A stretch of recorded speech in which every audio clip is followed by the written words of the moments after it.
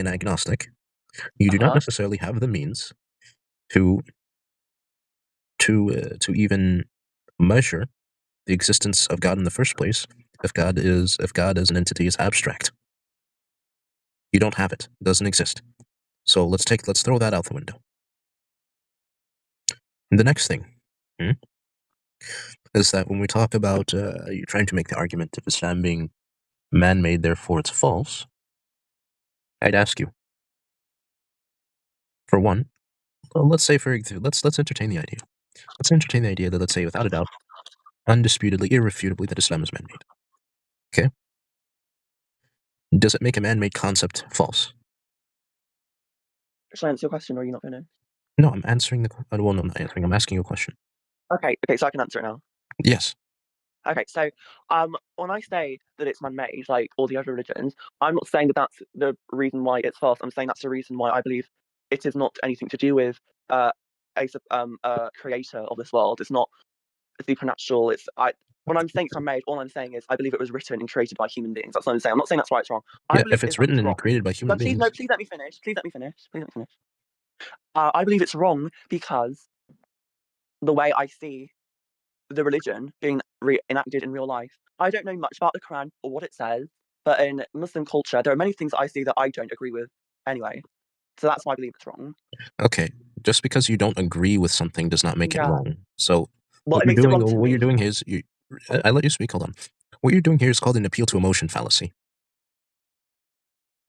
That's not an argument. You can't. How do I say it, Janet? Just you can't make an argument of say that because I don't agree with it, therefore it's wrong. You can't say that because you believe that your way of life is the correct one, that makes it right. That's not. Oh, of course. You're right. You're right. I would have to justify it. Okay, so what's justification? Justification in my case is, for one, it would be just that, interesting thing. How the way I would justify it is this. For one, in terms of the practicality, that's to exclude, the issue like the truthfulness of the prophet and the fact of, the various other things I could use. First of all, is the fact of how practical it is in terms of how the way they deal with life, how it deals with real life situations, how the way it addresses real life problems. And it does all of these things in a practical manner, and it has solutions for every human problem that you can essentially think of. I might specifically not know the exact answer for it, but I could easily direct you to someone who could. Number two is the truthfulness of the messenger, being Muhammad bin Abdullah sallallahu alaihi wasallam, and the fact that he was regarded as a truthful and honest man, even by the very people who hated him. They even testify that he was a truthful and honest man. Not to mention the accuracy of his prophecies, and the fact that some of his prophecies are being applied in real time.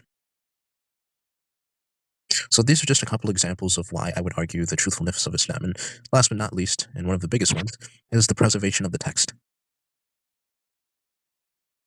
Can I ask which of his prophecies are being enacted in real time right now? Being active in real time right now? The prevalence of diseases, of sexually transmitted diseases.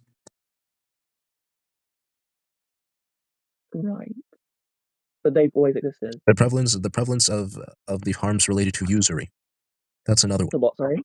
The prevalence of the harms associated with the interest and usury. What does that mean? Do you not know what interest is? What do you mean by usury? Usury is an astronomically high percentage of interest. These things are used interchangeably. I don't know what that means. Interchangeably means that they can be used either. I know what interchangeably means. I don't know what usury means.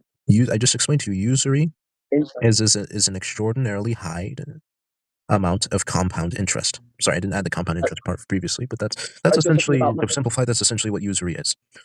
You're talking about money?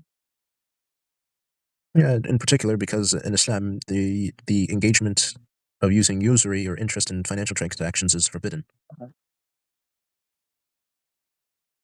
Also, the occupation of Jerusalem. That's another one. There's a variety of them, actually. I can go. Come again? Yeah, well, thank you for the conversation. I don't think it's very convincing, but thank you, and have a lovely day. But I have to go now. But have a nice day. Okay, you have a nice rest of your morning/afternoon. Thank you. Goodbye.